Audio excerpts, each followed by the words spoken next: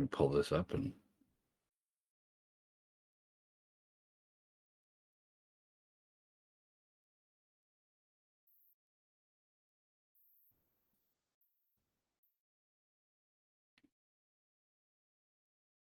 cool. Well, thank you everyone for attending. If you don't know who I am, that's not a surprise. I'm famous adjacent. My name is Bryan Seely. I'm a cybersecurity expert, a ethical hacker of sorts. I used to work for John McAfee and Mark Cuban and a few other people. ManageEngine has asked me to come and speak about a variety of different things, and let's get into it. So the title is "What the Heck is Going On?" It has been an interesting year so far. We have had quite a lot of things happen.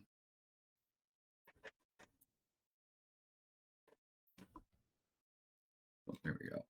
Matt, stupid mouse is sensitive.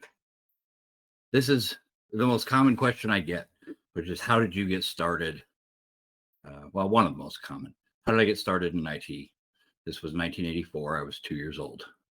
And that's basically the same pose that I'm in most of the day today.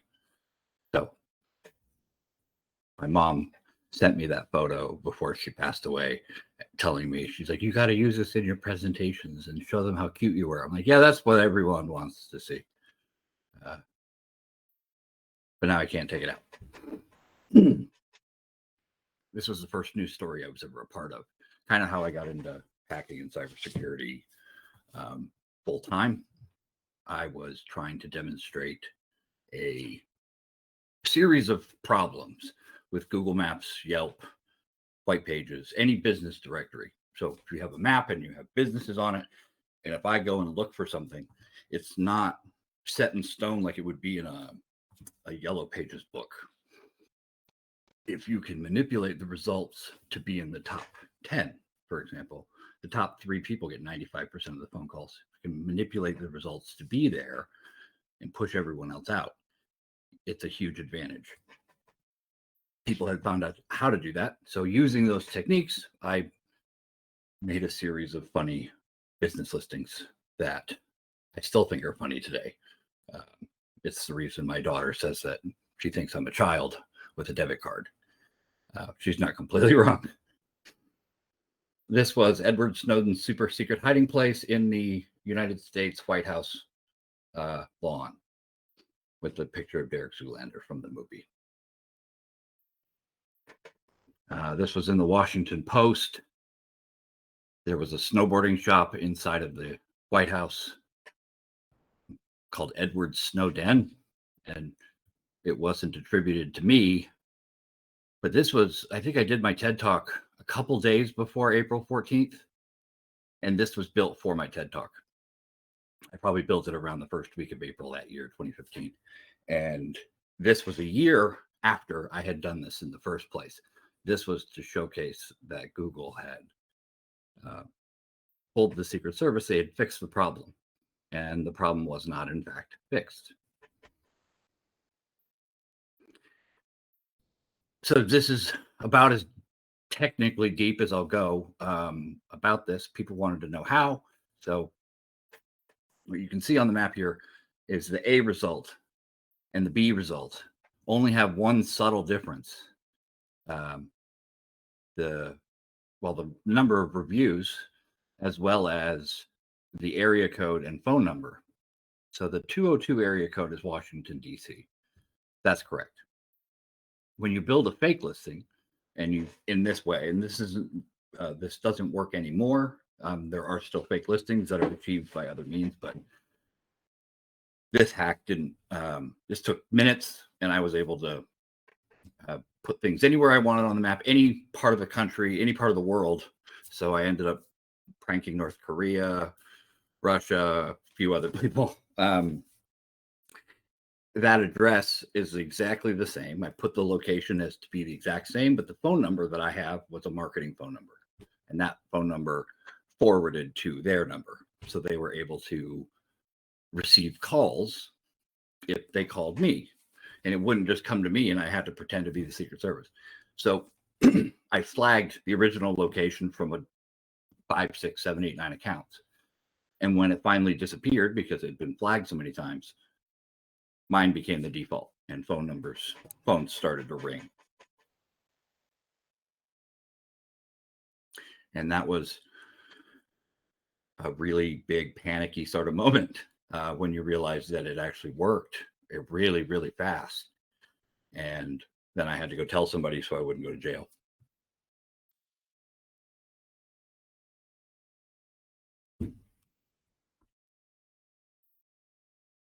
We've had a lot of stuff happen in the last few years. I know that it wasn't much more than 5 or 10 years ago. We had never heard of anything called ransomware.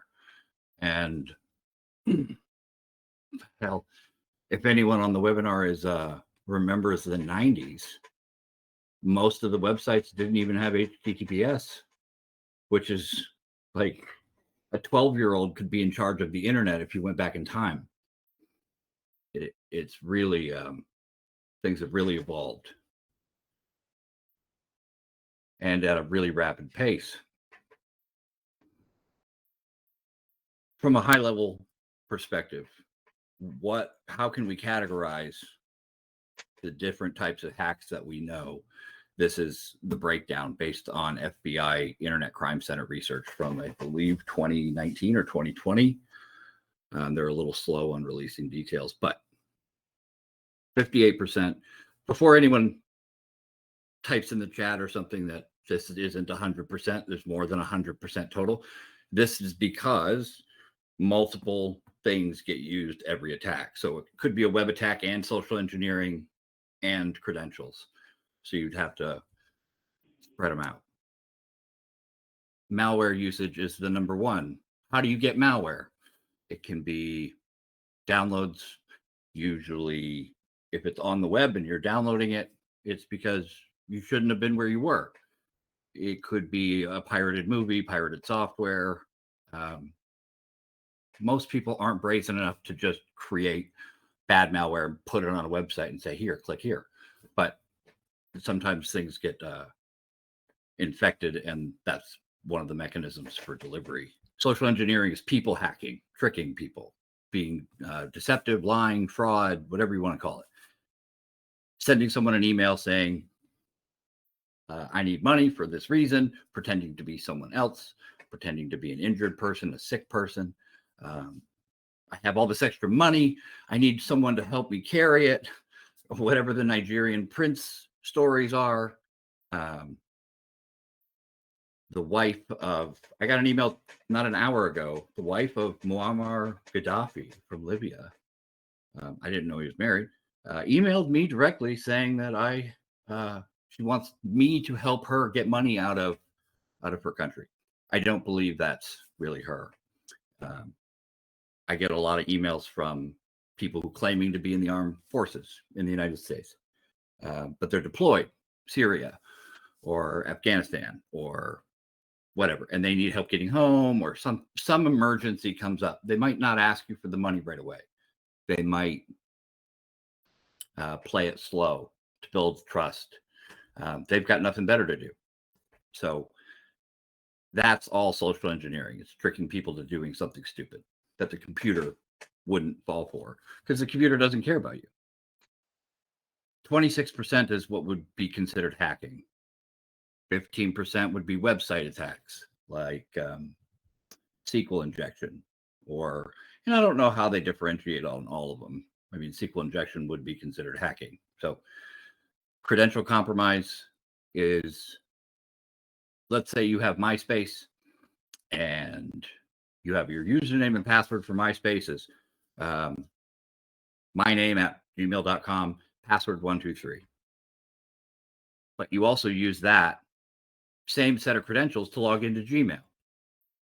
So if they log into MySpace, if they break MySpace's security and get all the usernames and passwords, and this type of thing happens all the time, they now have a list of all the usernames and passwords everyone used. They'll write a script, or they already have one, to test all of those credentials to see who has two-factor authentication on. And if you have that on, they'll cut you out of the list for now and then go after the people who don't. and go and log in and take your account. There's nothing to stop them. That's the whole point of two-factor. Then they'll go try your Gmail, and then they'll try that email address and combo of passwords on Dropbox, iCloud, American Express, Bank of America. They'll try them everywhere. And a lot of times people use the same username and password. It's easier. Easy and convenient is the enemy of cybersecurity for the most part. It usually requires more work than that. And there's bad habits that we get into that ultimately cause all the major breaches and everything are human error. These are some of the ransomware groups that could be considered the most dangerous or the most prolific.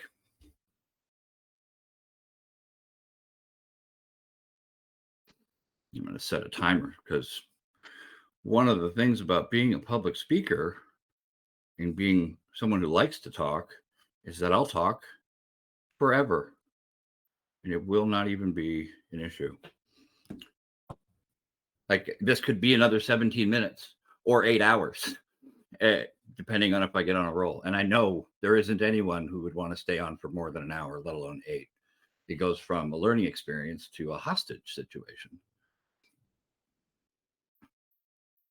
Before I talk about these slides, it is important to note that I am not politically commenting or saying, go these guys, down with these guys. It has been my experience that all of us probably are civilians and not high-level government officials. It has been my experience that the civilian populations of every country pretty much overwhelmingly are good people, and that we are not the problem. So when speaking about these from a technical standpoint, it is just the reality of what the facts are available. The United States, China, Israel, North Korea, Russia, we're all major players attacking and defending against basically all of us and each other. And it's a game that goes on in cyberspace that is now coordinated with war. So war is no longer one side versus another. There's an added element of random hackers based on ideology and motivation. It's not just financial. It's not for financial gain, but maybe financial sabotage. So that being said, this is not an attack on Russia or a propaganda piece. I've lived all over the world. I can see both sides of certain situations, and all I want to do is talk about the new technical aspects of this because it's never been seen before. It's essentially like adding wizards like Harry Potter or like Merlin or Gandalf in Lord of the Rings. You've got this whole other entity that you can't attack. They're ghosts, essentially. What are you going to do? You can't find, they're not easily findable. And you can just join anonymous at any time from anywhere and be part of any operation that you want to be a part of. How do you fight that? So now it's there's additional publicity and group consensus before maybe taking these types of actions. So the first, Ukraine was invaded by Russia. Russia had their reason. Ukraine had their definition and reason. Anonymous decides that that's not okay and organized against them. They started hacking the space org, Roscosmos, I believe, spy satellites. Russia was using denial of service and different types of ransomware against Ukraine. And Conti, the ransomware gang, I believe they were second biggest. They were making about $100 million a year. A very like a corporate sort of structure. They had email, they had chat, they had, and we know that because of another interesting thing is they got hacked very recently by someone from Ukraine. You can't, I mean, this is a good TV show. I mean, once this is all over, I mean, I'm not trying to minimize the loss of human life, but I would watch this TV show.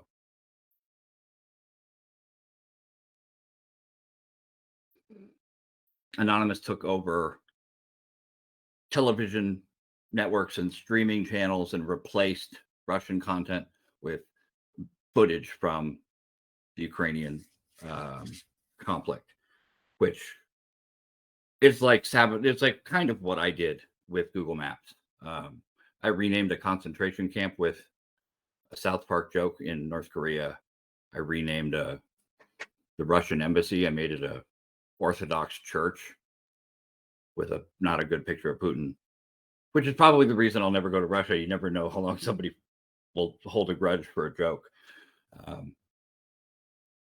They'd probably deserve it. Anonymous also didn't just go for one thing. So they replaced a bunch of footage. They went after the agency that's responsible for censoring information that gets to Russian media, releasing hundreds of thousands of pages. They claim that the satellites were hacked, and Russia denied it. I don't blame them. They said that there was a vehicle monitoring system in their satellites. They deleted it, and the credentials were changed, and the servers shut down. And if that's true, that's scary that Russia had that, but that these unorganized hackers were able to break in so easily.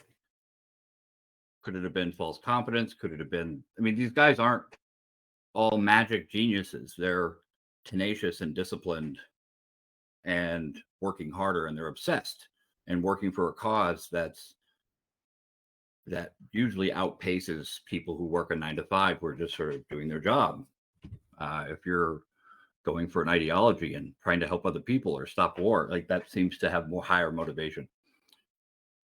Then they broke into the Central Directorate of the Russian Service of Ecological, Technological, and Nuclear Supervision, the Ministry of Justice, the Directorate of the FSB, which is, I believe, the FBI's Russia equivalent, and a bunch of other ones. They got a bunch of passports that they redacted or buzzed out the people's special information.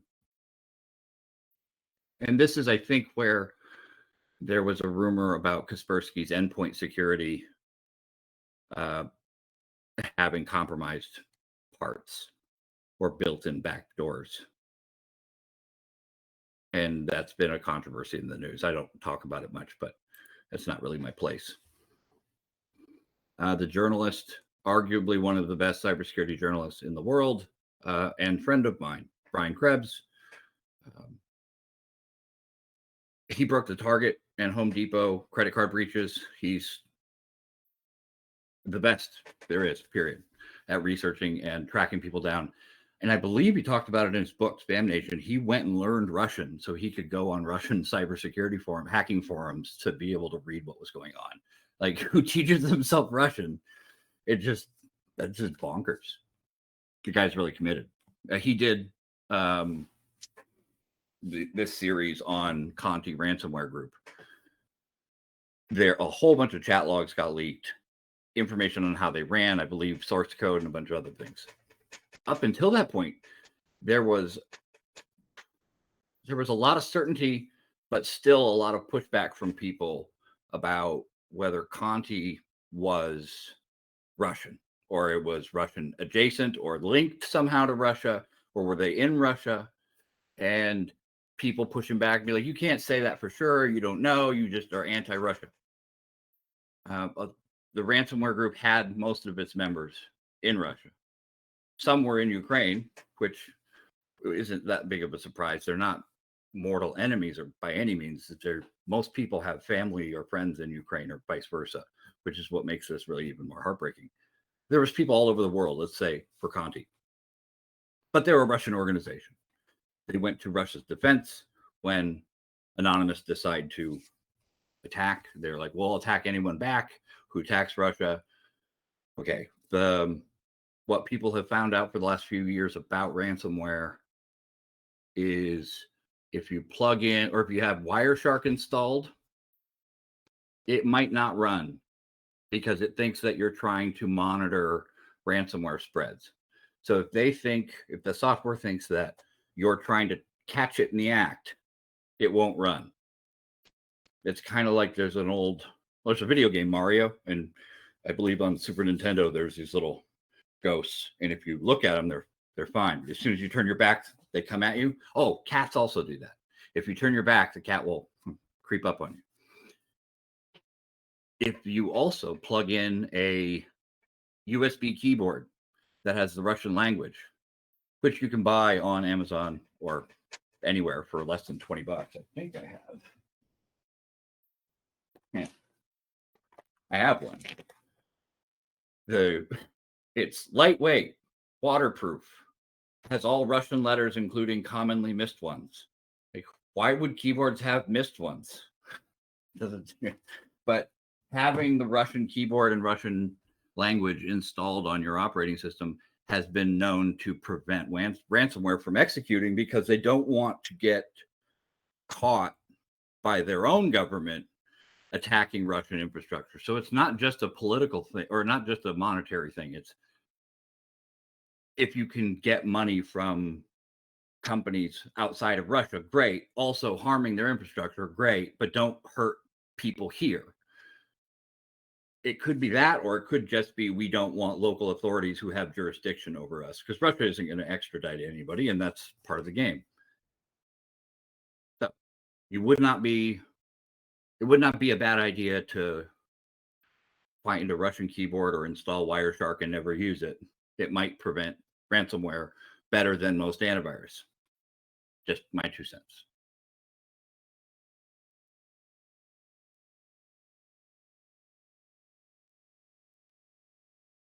So I gave that original presentation that stopped up to there in the beginning of March in Iowa. And already a bunch more stuff changed.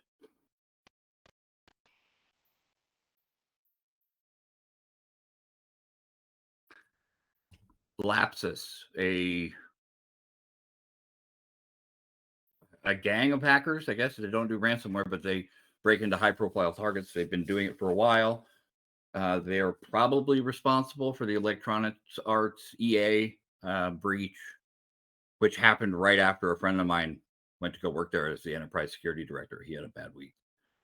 They breached Microsoft, NVIDIA, a ton of different people, and throughout a variety of different means, but a lot of it was like MFA spamming. And yeah, their kids. They arrested 7 people in the United Kingdom between the ages of, I think, 16 and 21. And one of the kids who was in charge was like 17, and mildly autistic. And extremely dangerous that these guys were able to breach really, really secure companies. So kind of terrifying. I wouldn't say terrifying. Terrifying is like a shark with a machine gun. Sobering. That's a much better word. Anonymous then also hacks 2 more Russian industrial firms, leaks 112 gigabytes of stuff. They also announced that they're releasing 1.5 terabytes of breaches. They broke into the Russian central bank. It seems like there's no end to the things that they're going after, and they're getting creative, or more creative. A prolific hacking group run by teens. I get nervous when I go to like a McDonald's and it's all teenagers. Like they screw up, or like, how are these teenagers this competent? It blows my mind. The SolarWinds hackers and Lapsus use the same tricks. So they might have learned the same things, or it's one thing that hasn't been fixed. The problem really is they log in using the credentials, like I explained before, and then an MFA prompt gets sent to your phone. So your phone, and you go and you get an MFA prompt. Now, if I get an MFA prompt and I'm at my computer and I just tried to log in, that makes a lot of sense. You just click on it and go. But if I'm out or I'm sleeping and I got an MFA prompt, I click decline.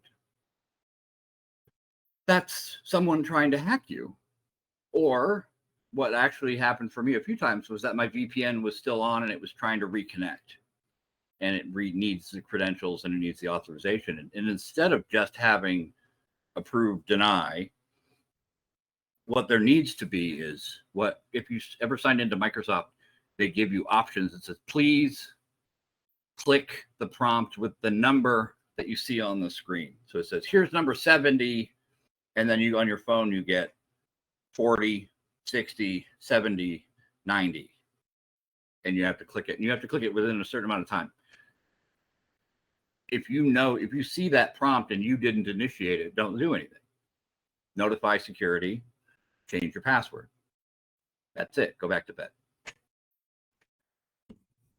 But that's how they did it. And they were doing it 100 different times to one person. And people eventually just go, fine, leave me alone. Click, click, click, because you can't really turn it off. You have to turn off your notifications or something. Go change your password. And most people don't know what to do because they haven't thought about it. And as a teenager, I love all these graphics. It's always skulls and digital. I mean, I guess it's better than puppies and bunnies. Just more stuff. It's getting 140,000 emails.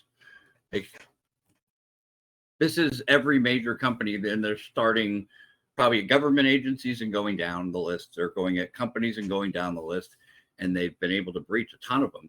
What happens when anonymous comes after my state, my city, my country? If it's not going to be long before my country does something stupid again. And that doesn't even really matter what country I'm from. That applies, right? Unless you're like Liechtenstein and you have 12 people and no one's doing anything to offend anybody. My country isn't really known for minding their own business and staying out of the press. What happens then? All the innocent people who then get attacked. And there we go, another Central Bank of Russia thing. I'm going to go. You guys get the picture. Here's the leak site, which I love the simplicity. These are all the different dumps that they have available. And there's more coming. So if you're curious and just want to look at it from a novelty standpoint, by all means.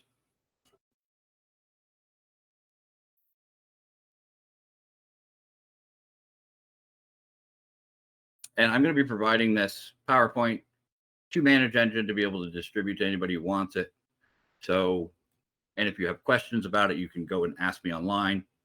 I'll have my contact info at the end, and the ManageEngine has posted about it. So there'll be either LinkedIn, Twitter. Yeah, those are probably the best places to get a hold of me. You can follow me on Instagram if you like. I mean, it's just pictures of my kids and, me traveling. Training is probably the most important, based on the fact that social engineering is probably the biggest problem. Hiring an expert, someone like me, someone like some consultant of some sort, whether it's ethical hacking or pen testing, an advisor. Sometimes companies, when they're smaller, elect to have a couple different companies pay me to be an advisor on a part-time basis because they can't afford full-time status. And I don't want to work for a company full-time. But being a part-time advisor gives people the ability to hire an expert who knows what to do, how to respond to certain problems or challenges, and be on call, kind of like a lawyer. You wouldn't hire a lawyer until you're a really big company. Same like that. Inventory and know what you have. If you're a fan of ManageEngine, like I am, they're outstanding for being able to take a network inventory and manage assets. And that is such an important thing. I've almost never gone to a company and said, hey, can I see what your network looks like? No one ever keeps up on the documentation. No one even knows where to get it. So that's really frustrating. Find out who's in charge of patching, turn on MFA or turn off your company. Ask questions of people, go on forums, ask how to do stuff. Spiceworks or whatever, like any website forum, go start asking questions on how to solve problems instead of putting them off. Don't connect to Wi-Fi hotspots you don't own.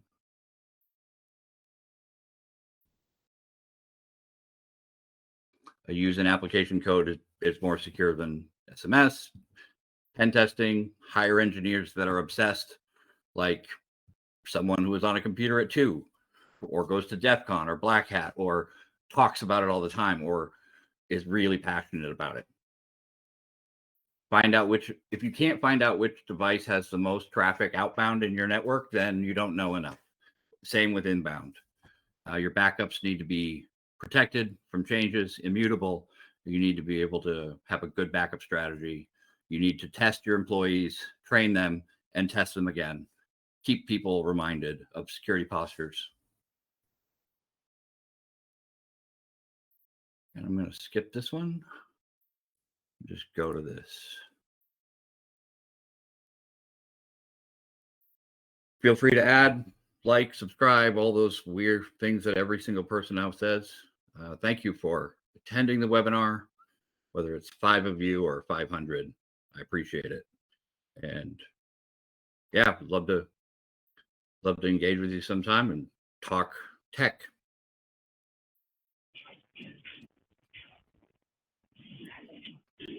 Thanks, Bryan. Thanks for those valuable insights. It's always awesome to hear such stories and also get a perspective of how hackers think, be it black hat or white hat. Following the theme of Bryan's presentation, I'm just going to go ahead and share my screen. Thanks to the audience for patiently listening. My name is Ganesh. I've been with ManageEngine for the last 15 years. I lead the support and pre-sales team for PAM suite of products that we have. Following the theme of Bryan's slide decks, we're going to take a look at how you can protect against those cyber threats by having an effective PAM strategy. So we're going to look at what is privileged access management, what's the difference between account management and access management, and what are the risks of having unmanaged privileged accounts, and also how you can prepare for audits and compliance standards that you probably would like your enterprise to be certified against. And then at the end, we'll also talk about how we ManageEngine as a company can help you guys out. So to begin with, the word or the term account management basically refers to identifying various endpoints that you would probably have in your IT infrastructure, and also discovering how many accounts are there. So if you take a typical IT infrastructure, they will have a lot of Windows servers, Linux servers, network devices, databases, applications, and majority of these endpoints come with built-in accounts like administrator or root or SA. The problem with these accounts are that they're all not accountable. Like if somebody uses those accounts, you don't even know who used it, from where, because they're not named account provided to any individual in an enterprise. So the privileged account management's objective is to sort of get an idea of how many such super accounts you have in your infrastructure and how are you going to deal with them. Like obviously you have to change those passwords periodically. You have to make sure those SSH keys are rotated periodically. You have to enforce policies, detect new accounts being created in your environment, and all of that. With regards to privileged access management, it goes a bit further than just dealing with accounts. It also helps you in like implementing a role-based access control. So identity equals access. So if I am a database administrator, then obviously I should only have access to database stuff. I shouldn't be able to log into a firewall or log into a Windows machine and do anything I like. And then also have some sort of a workflow for me doing my day-to-day operation. Sometimes I will need elevated permissions, like maybe I want to go to Active Directory or I want to be able to uninstall a software. So as and when I require such an elevated permission, a PAM solution would give you that option. Like it will allow you to be able to put a request, provide sufficient reason or an incident number in some case, and get an authorization to get such an elevated access. And then I would be able to do my day-to-day operation. And also eliminate hard-coded credentials from different environments. So you will probably have a lot of endpoints and scripts or config files or connectors, and it's quite common for you to like hard code credentials in these places. because you want your applications to run, you want your scripts to do their automated jobs. The problem with encoding or hard coding credentials is that anyone with access, even read-only access, would be able to look at the secrets in clear text. And it's also a pain to change those passwords. And you probably are going to leave the password to stay the same for many years because you don't have a way to go to all the places and all the scripts and manually update the passwords. And also, PAM solutions generally provide contextual integrations so that you're able to utilize the solution more as a platform rather than an individual solution helping you out. So the fundamentals of PAM are quite elaborate. There's a lot of modules involved, like there's account management module, session management module that allows your internal and external users to be able to get a privileged session launched, like RDP or SSH into different endpoints. And SRM refers to recording those sessions and having full raw audits of everything that an individual performed in a remote session. And PUBA is where you have a heuristic-based approach where the system should be able to learn or recognize the usage pattern so that if something doesn't look right, like let's say I work from 9 to 5, that's when I use my PAM solution, check out credentials, and do my day-to-day job. One day, if I log into PAM solution in the middle of the night, it should be able to recognize that to be an anomaly. So that is part of the PUBA, and then there's also AAPM, or application to application password management. You often have multiple applications wanting to talk to each other, and they generally do that by authenticating against each other. And they would use secrets like passwords or keys or TLS certificates sometimes, and it's a pain to deal with all of those secrets. There's also just-in-time elevation, where, like I said, normally I don't need admin rights to 80, but one day maybe I need admin rights to do my job.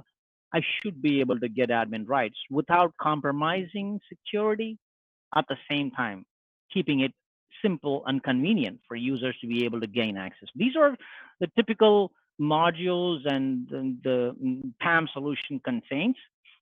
Now, like Bryan mentioned, if you look at this slide, you can see a snapshot of all the data breaches that happened in the last few years. And you can see the volume of data being stolen by these data breaches. And 70% of these data breaches are due to privilege abuse. So even the most recent, the Okta fiasco that happened last week, is due to privilege abuse. They had some of their services outsourced to an offshore enterprise, and some tech support rep was working for that side, and they had their laptop compromised, and there you go.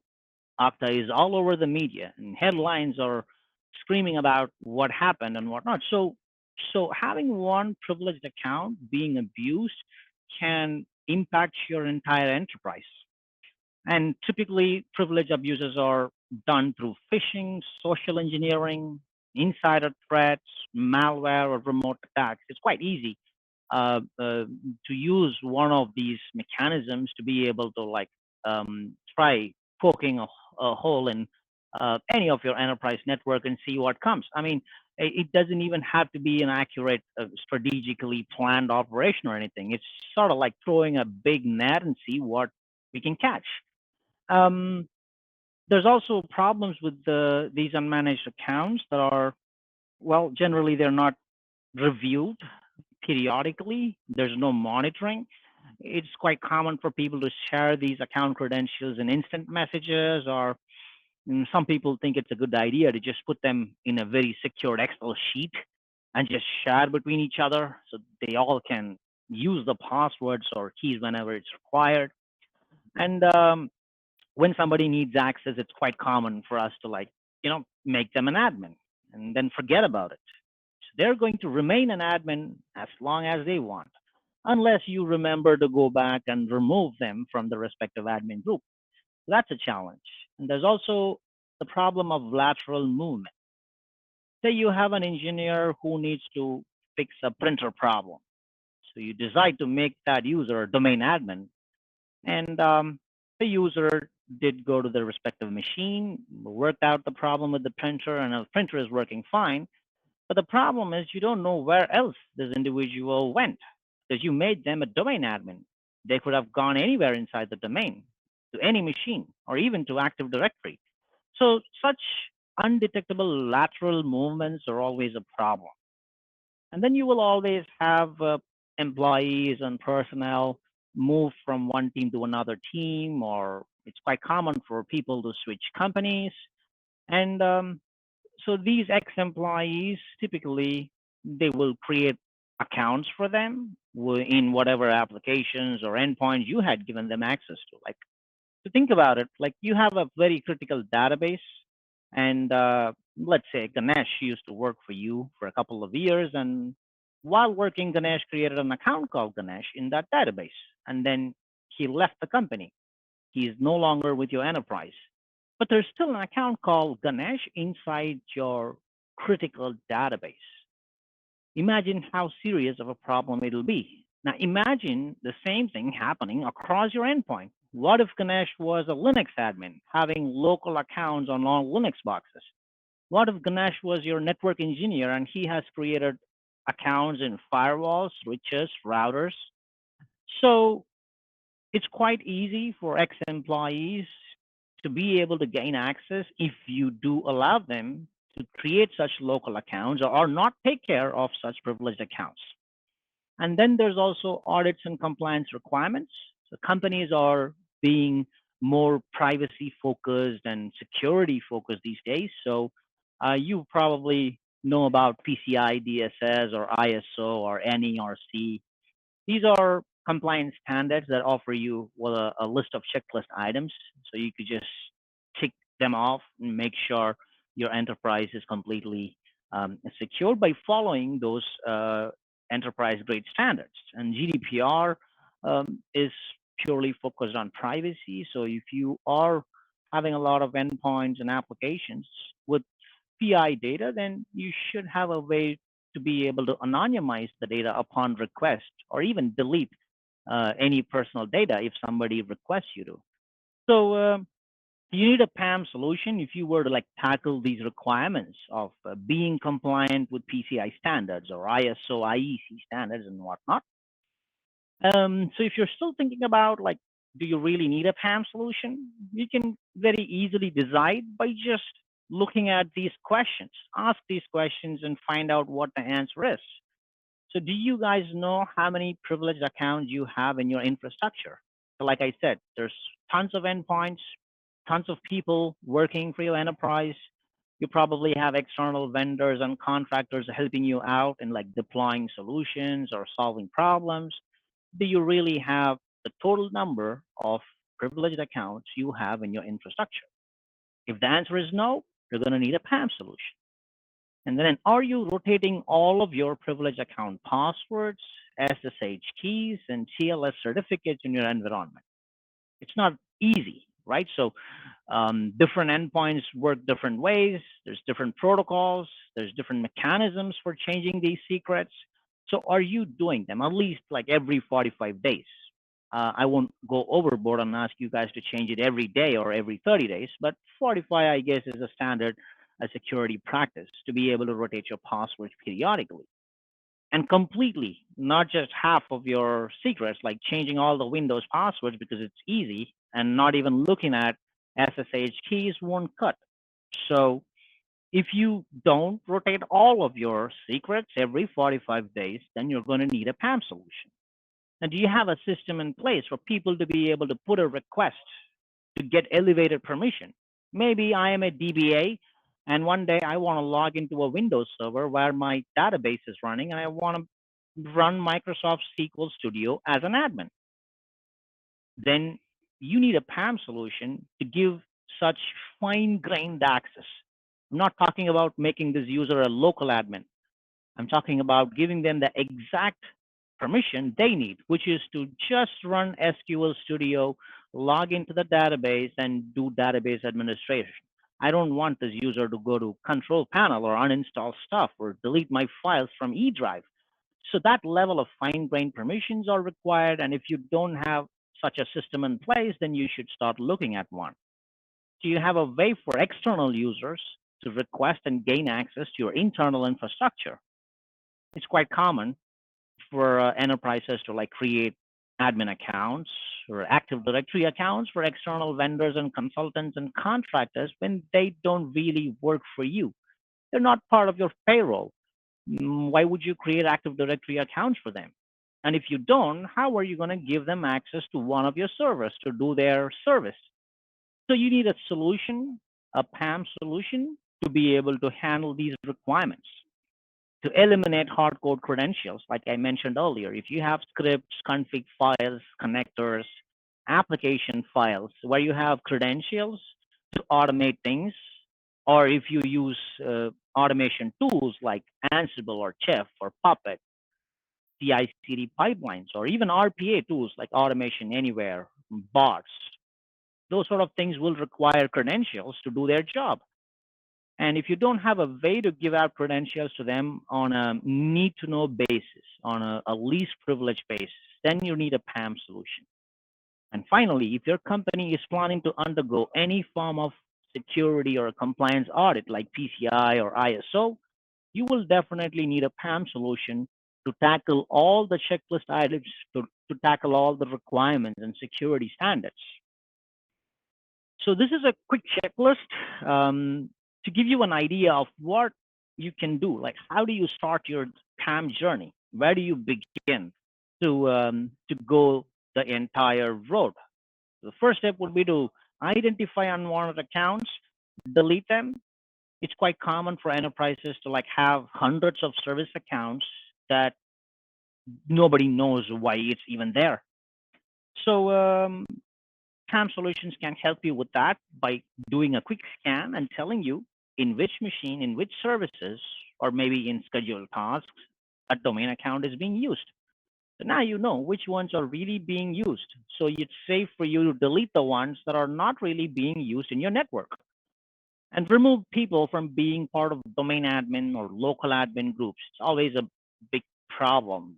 If one of those users' account gets compromised, your entire domain is compromised. You don't want that.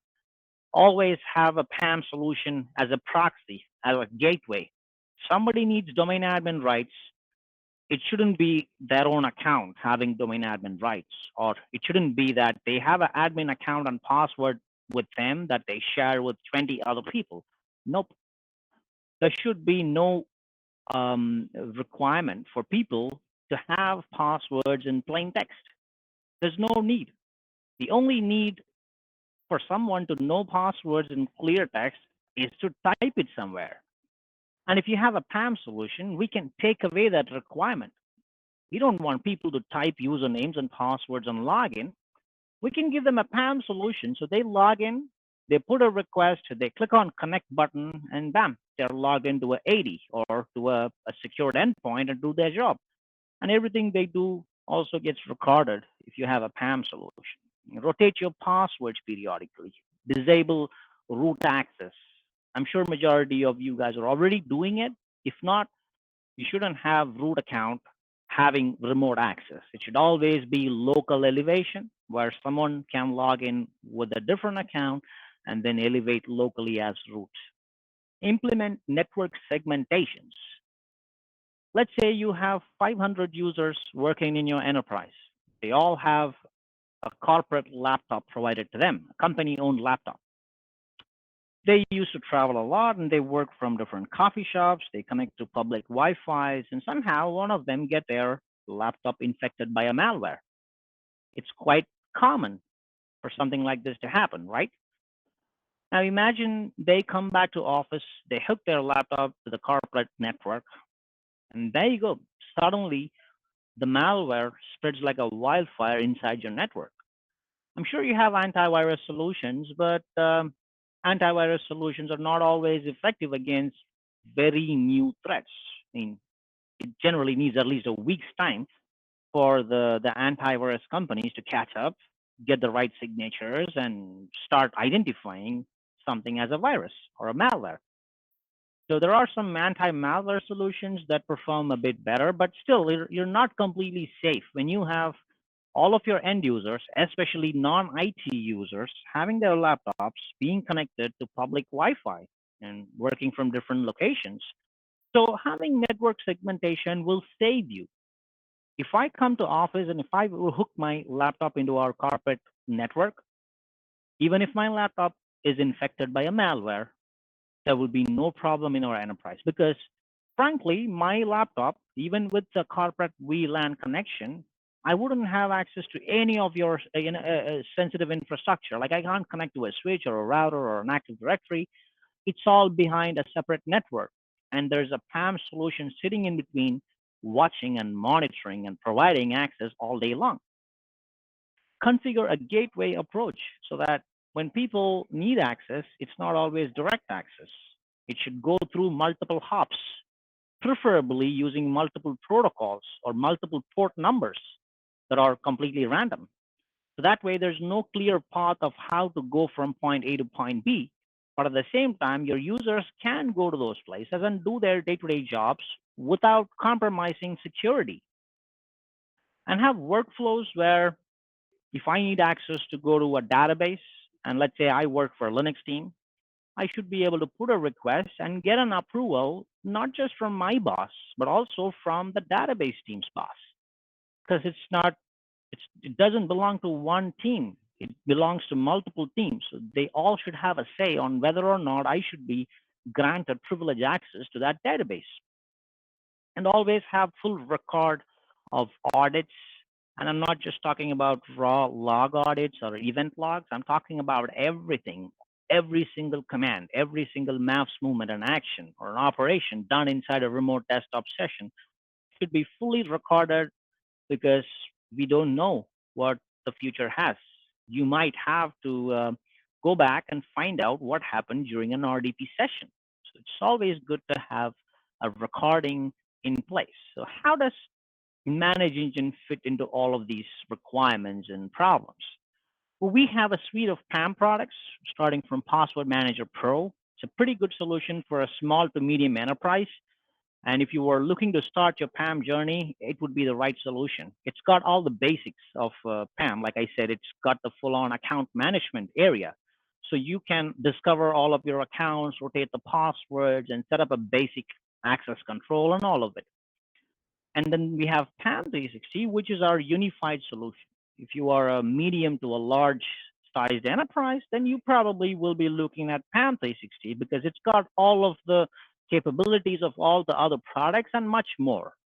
It could do advanced event correlation, like some guy came to PAM and then went to a machine and they did something. It can correlate the events and tell you, like, did this guy do something? And it can identify anomalies. Like, let's say I work for the Linux team, and normally I use my PAM solution to connect the Linux devices and work on a day-to-day basis. One day, I decide to log into a firewall. I log into PAM, put a request, get an access, and then go to firewall. Well, even though it is through PAM, it's suspicious, right? I never go to the firewall. I don't work for the network team. So PAM solution like PAM360 can recognize this as an anomaly and immediately notify the right admins. I mean, in all fairness, it could be a false positive. I mean, I really might have needed admin rights or firewall access, and I did get an approval, but nevertheless, it doesn't hurt to be prepared. It doesn't hurt to have such a system that can identify anything that looks like an anomaly. So all these solutions are enterprise ready. They all use AES 256-bit dual layers of encryption. So it's not just one layer. Even if somebody were to like break into your network and grab your entire virtual machine along with the database and the entire thing, they won't be able to recover any of the contents. And two-factor authentication is enforced in all the areas. You could run it in an FIPS compliant mode. And the solutions offer DR, high availability, and app scaling capability. So you will never be in a situation where you're out of PAM access. There's even break glass options. Like if something goes wrong and all of your data centers or your infrastructure is down, you still have access to your cloud network where you could do a break glass and unlock a 16-digit passphrase and basically open this encrypted HTML file that contains all your secrets. And then we have mobile apps and browser extensions for convenience, so people can put requests, get approvals, admins can do approvals on the go. And the components are available as a single software solution, so you don't need anything else.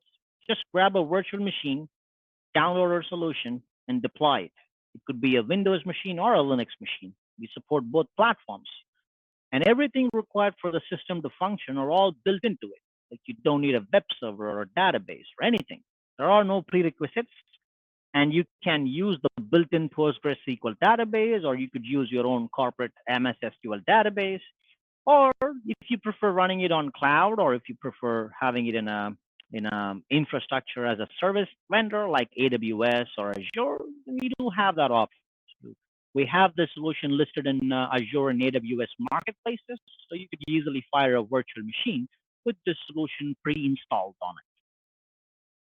And the pricing is all inclusive. We don't charge per user or per device, because as we all know, it changes every day. We don't know how many devices we have. It's going to change.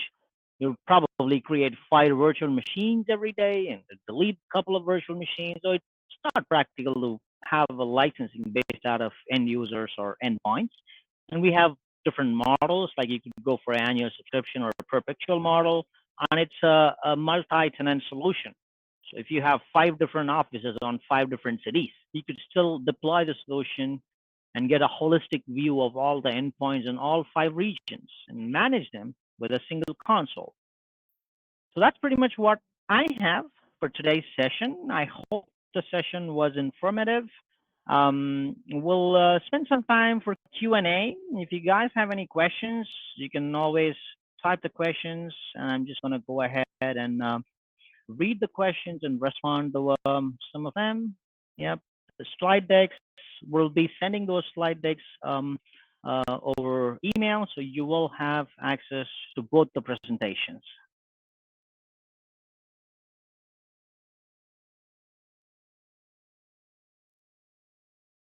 Yep, feel free to ask any questions you have in the Q&A, and we'll also open up our polls in a second. So you guys will be able to answer some quick questions to see, like, where do you stand in terms of a PAM strategy?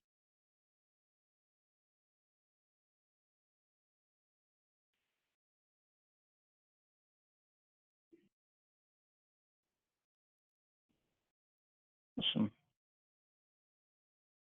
And by the way, like Bryan mentioned in his presentation, the slide decks have those pointers for you guys to take action.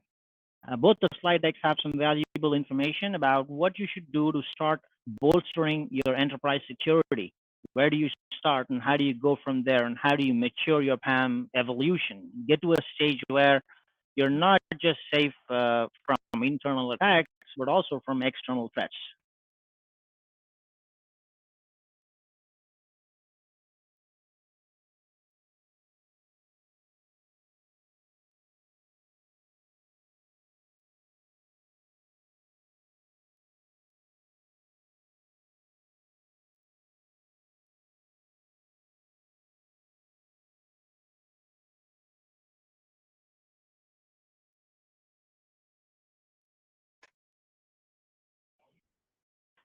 And just so you guys know, in ManageEngine, we have more than 60+ point products focusing on various IT requirements. So even though this session is focused about cybersecurity and hacking and privileged access and managing those, we also have ITSM solutions for service management and incident management. We have network monitoring solutions. We have application management solutions and ADM solutions for Active Directory and Azure management. So our objective is to basically provide an operating system for enterprise IT. So we spend a lot of investments and manpower into research and development. We have independent teams working on these point products to get that deep technical know-how. But then we built these solutions to be able to seamlessly integrate within each other. So you would be able to have multiple ManageEngine solutions that can work like a single platform. So they exchange data, they exchange API calls, and that way you will be able to leverage the full capabilities within your infrastructure. I know that I used ManageEngine at a company I worked with for 2 years that had, I think we had between 5 and 10,000 servers, 500 to 1,000 employees, and we used Desktop Central.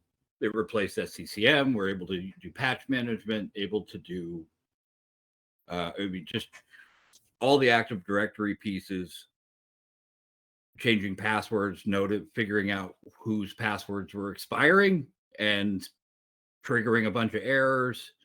It was a lot more visibility, and one person could do a lot more work in a lot less time. Awesome.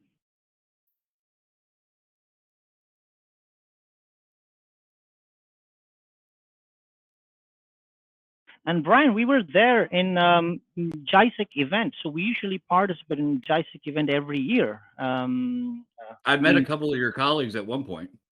Awesome, that's good to know. Yeah. I came by. I was the guy that looked like this. Yep.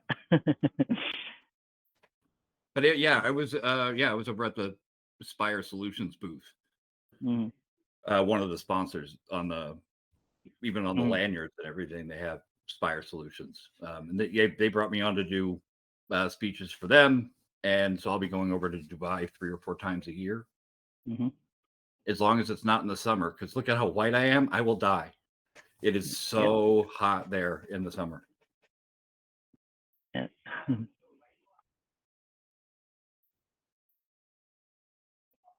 I've already shared the PDF version of the presentation. I sent it to one of the other organizers. They will make that available to you guys. I have a lot more best practice things that I just don't include because I could spend an hour just doing that. So if you hit me up on LinkedIn, I can send you stuff or point you in the right direction. Yep. And we'll collaborate more. I mean, we'll get feedback from the audience from today, see what they're looking for. I mean, it's a good session that we had today, but we'll see if they have anything in particular they need help with, or they're looking to solve some specific challenge in their infrastructure. Then we can collaborate again and see if we can cater something specific for the needs of the audience. And I think you guys should find me a ManageEngine t-shirt. That'd be fun. I'll get you a t-shirt and a backpack. Oh, awesome. I'm going to be the coolest kid in class. Yep. Thanks. All right. Thanks, guys. Thanks for patiently listening to us. I hope the sessions were informative. Like I said, we'll be sending out an email with the slide decks of both the presentations. And if you guys have any questions, or if you want to look at a bit more of a personalized demonstration of any of the ManageEngine solutions, you could just reach out to us and we'll be happy to help you out. And thanks, Bryan. Thanks for this informative session. It's always a pleasure to work with you. Have a good day. Thanks, guys. Thanks, everyone. Yep. Bye-bye.